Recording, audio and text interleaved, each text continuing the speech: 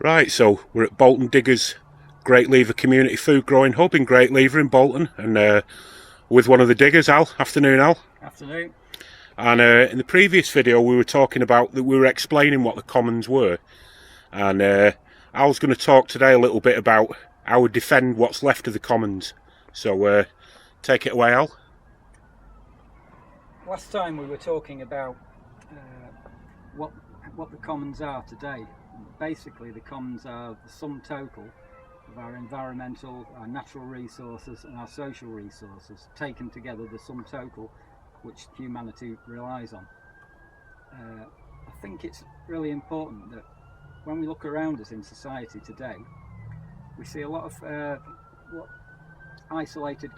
seemingly isolated campaigns going on. People might lose the local library, community centre, or the local nursery, and they'll set up little campaigns around that. Right. People will campaign in the workplaces for better conditions. People will campaign around against fracking, about the pollution of the water. The important thing to understand is not to see these things in isolation, not to see them as negative things, which are almost like a knee-jerk reaction to something that's not in my backyard sort of thing.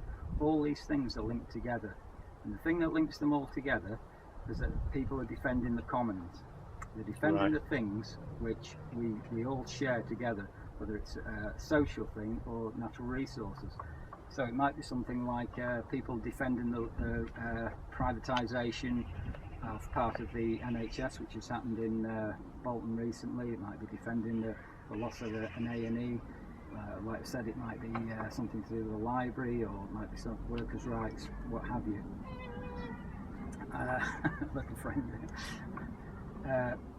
If we're going to link these things together and think of them as something collective that we all need to defend, we need to look at what capacity we have in our local communities, which is already there.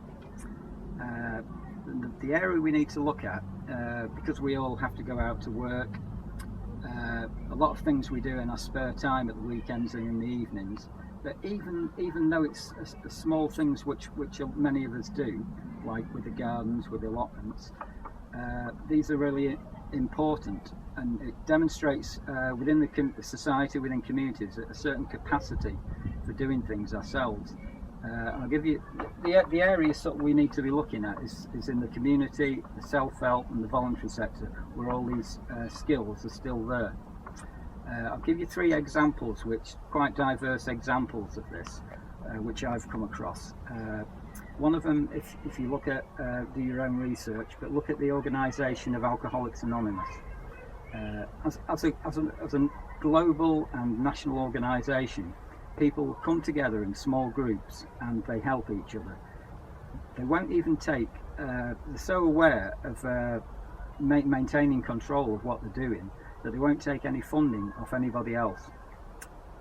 Another example which I've come across, I did a beekeeping course a few years ago. If you look at the organisation of beekeepers, they're organised in local, very localised areas in towns or rural areas, sub-regional organisations going up to regional, even going up to national level, and it's all voluntary. People putting the time in. It's highly organised along mutual aid lines. Another example, which a lot of people are involved with, leisure and sports organisations, which so many people are involved in, and it demonstrates a tremendous capacity for people doing things themselves. Take, for example, Sunday League football. You've got your organised your teams based on pubs, in villages, or in companies where people work. It takes a tremendous amount of organisation, self-organisation within the community to make these things happen. People have to look at all the training schedules, they have to look at transport, they have to look to coordinate with each other on a very horizontal basis. All that capacity is still there, and if we want to develop a more commons-based society, this capacity which is already there, these skills which are already there, what we need to really sort of develop. I could have used examples about allotments and community gardens, but I'm just giving more diverse examples of the areas where we need to be looking at, what we can base the development of more commons on in the future. Do you think this? If this coming together happens, Al, do you think this would have an effect on the way statutory provision? Do you think it could have a good effect on statutory provision? For example, say we had market gardens and community gardens open across Great Lever and people were growing a lot of the food and making dishes. Do you think it would be a positive thing for bigger bodies to take on board, maybe, or you think we should keep it grassroots and grow it as big as? Certainly, and I'll give you just to avoid the sort of just going on about food growing in itself. I'll give you another example. In a lot of second, third world countries, a lot of the voluntary and community sector is concerned with identifying communities' public health needs. This doesn't happen in this country, and public health provisions constantly being cut back over the past few years. But if you look at if that happened in this country a lot more, if say we had community public health associations, they would, if people were actually organised together on a local level, say they had their own community public health committees, they would be in a lot stronger position to demand resources, like you say, from statutory central government organisations, because they're actually identifying themselves and doing the research on what the needs of a local community are, and you know what their health needs are. And I think people would be in a lot stronger position. At the minute, they're not organised on that level so much, and so it's very easy for a government to just you know, start making cuts without any reference to the community.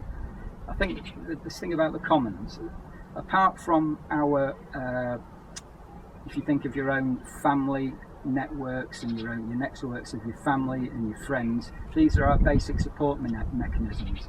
Aside from that, on another level, it's the commons which makes our life worth living. It's the thing that gives us the quality of life, our clean water, our health service, our education, all the community networks which we have for self-help in health.